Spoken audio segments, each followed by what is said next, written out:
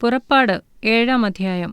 യഹോവ മോശെയോട് അരുളിച്ചെയ്തത്: നോക്കൂ, ഞാൻ നിന്നെ ഫറവോന് ദൈവമാക്കിയിരിക്കുന്നു. നിന്റെ സഹോദരൻ അഹരോൻ നിനക്ക് പ്രവാചകനായിരിക്കും. ഞാൻ നിന്നോട് കൽപ്പിക്കുന്നതൊക്കെയും നീ പറയണം. നിന്റെ സഹോദരനായ അഹരോൻ ഇസ്രായേൽ മക്കളെ തൻ്റെ ദേശത്തു നിന്ന് വിട്ടയപ്പാൻ ഫറവോനോട് പറയണം. എന്നാൽ ഞാൻ ഫറവോന്റെ ഹൃദയം കഠിനമാക്കും. മിസ്രയീം ദേശത്ത് എൻ്റെ അടയാളങ്ങളും അത്ഭുതങ്ങളും പെരുക്കും. ഫറവോൻ നിങ്ങളുടെ വാക്ക് കേൾക്കയില്ല.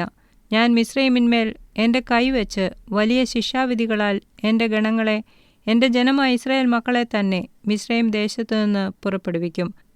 അങ്ങനെ ഞാൻ എൻ്റെ കൈ മിസ്രയീമിന്മേൽ നീട്ടി ഇസ്രായേൽ മക്കളെ അവരുടെ ഇടയിൽ നിന്ന് പുറപ്പെടുവിക്കുമ്പോൾ ഞാൻ യഹോവ എന്ന മിസ്രയീമ്യർ അറിയും. മോശെയും അഹരോനും യഹോവ തങ്ങളോട് കൽപ്പിച്ചതുപോലെ ചെയ്തു. അവർ അങ്ങനെ തന്നെ ചെയ്തു. അവർ ഫറവോനോട് സംസാരിച്ച കാലത്ത് മോശെയ്ക്ക് 80 വയസ്സും അഹരോന് 83 വയസ്സുമായിരുന്നു. യഹോവ മോശെയോടും അഹരോനോടും, ഫറവോൻ നിങ്ങളോട് ഒരത്ഭുതം കാണിപ്പീൻ എന്നു പറഞ്ഞാൽ നീ അഹരോനോട് നിന്റെ വടിയെടുത്ത് ഫറവോന്റെ മുമ്പാകെ നിലത്തിടുക എന്ന് പറയണം. അതൊരു സർപ്പമായി തീരുമെന്ന് കൽപ്പിച്ചു. അങ്ങനെ മോശെയും അഹരോനും ഫറവോന്റെ അടുക്കൽ ചെന്ന് യഹോവ തങ്ങളോട് കൽപ്പിച്ചതുപോലെ ചെയ്തു. അഹരോൻ തന്റെ വടി ഫറവോന്റെയും അവന്റെ ഭൃത്യന്മാരുടെയും മുമ്പാകെ നിലത്തിട്ടു. അത് സർപ്പമായി തീർന്നു. അപ്പോൾ ഫറവോൻ വിദ്വാൻമാരെയും ക്ഷുദ്രക്കാരെയും വിളിപ്പിച്ചു. മിസ്രയീമ്യ മന്ത്രവാദികളായ ഇവരും തങ്ങളുടെ മന്ത്രവാദത്താൽ അതുപോലെ ചെയ്തു. അവർ ഓരോരുത്തൻ താന്താന്റെ വടി നിലത്തിട്ടു. അവയും സർപ്പങ്ങളായി തീർന്നു. എന്നാൽ അഹരോന്റെ വടി അവരുടെ വടികളെ വിഴുങ്ങിക്കളഞ്ഞു. ഫറവോന്റെ ഹൃദയമോ യഹോവ അരുളിച്ചെയ്തതുപോലെ കഠിനപ്പെട്ടു.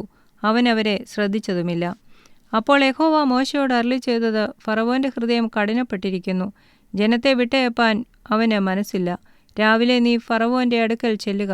അവൻ വെള്ളത്തിന്റെ അടുക്കൽ ഇറങ്ങിവരും. നീ അവനെ കാൺമാൻ നദീതീരത്തു നിൽക്കണം. സർപ്പമായി തീർന്ന വടിയും കയ്യിൽ എടുത്തുകൊള്ളണം. അവനോട് പറയേണ്ടത് എന്തെന്നാൽ, മരുഭൂമിയിൽ എന്നെ ആരാധിപ്പാൻ എൻ്റെ ജനത്തെ വിട്ടയയ്ക്കുക എന്ന് കൽപ്പിച്ച് എബ്രായരുടെ ദൈവമായ യഹോവ എന്നെ നിന്റെ അടുക്കൽ അയച്ചു. നീയോ ഇതുവരെ കേട്ടില്ല. ഞാൻ യഹോവ എന്ന് നീ ഇതിനാൽ അറിയും എന്നിങ്ങനെ യഹോവ കൽപ്പിക്കുന്നു. ഇതാ, എൻ്റെ കയ്യിലുള്ള വടികൊണ്ട് ഞാൻ നദിയിലെ വെള്ളത്തിലടിക്കും. അത് രക്തമായി തീരും. നദിയിലെ മത്സ്യം ചാകും, നദി നാറും. നദിയിലെ വെള്ളം കുടിപ്പാൻ മിസ്രയീമ്യർക്ക് അറപ്പ് തോന്നും.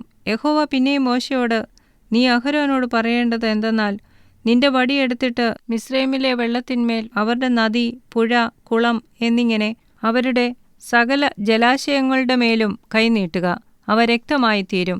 മിസ്രയീം ദേശത്ത് എല്ലായിടവും മരപാത്രങ്ങളിലും കൽപാത്രങ്ങളിലും രക്തമുണ്ടാകും എന്ന് കൽപ്പിച്ചു. മോശെയും അഹരോനും യഹോവ കൽപ്പിച്ചതുപോലെ ചെയ്തു. അവൻ ഫറവോന്റെയും അവന്റെ ഭൃത്യന്മാരുടെയും മുമ്പാകെ വടി ഓങ്ങി നദിയിലുള്ള വെള്ളത്തിലടിച്ചു. നദിയിലുള്ള വെള്ളമൊക്കെയും രക്തമായി തീർന്നു. നദിയിലെ മത്സ്യം ചാകുകയും നദി നാറുകയും ചെയ്തു. നദിയിലെ വെള്ളം കുടിപ്പാൻ മിസ്രയീമ്യർക്ക് കഴിഞ്ഞില്ല. മിസ്രയീം ദേശത്ത് എല്ലായിടവും രക്തമുണ്ടായിരുന്നു. മിസ്രയീമ്യ മന്ത്രവാദികളും തങ്ങളുടെ മന്ത്രവാദത്താൽ അതുപോലെ ചെയ്തു. എന്നാൽ യഹോവ അരുളിച്ചെയ്തിരുന്നതുപോലെ ഫറവോന്റെ ഹൃദയം കഠിനപ്പെട്ടു. അവനവരെ ശ്രദ്ധിച്ചതുമില്ല. ഫറവോൻ തിരിഞ്ഞ് തന്റെ അരമനയിലേക്ക് പോയി. ഇതും അവൻ ഗണ്യമാക്കിയില്ല. നദിയിലെ വെള്ളം കുടിപ്പാൻ കഴിവില്ലായ്കകൊണ്ട് മിസ്രയീമ്യർ എല്ലാവരും കുടിപ്പാൻ വെള്ളത്തിനായി നദിയരികെയൊക്കെയും ഓലി കുഴിച്ചു.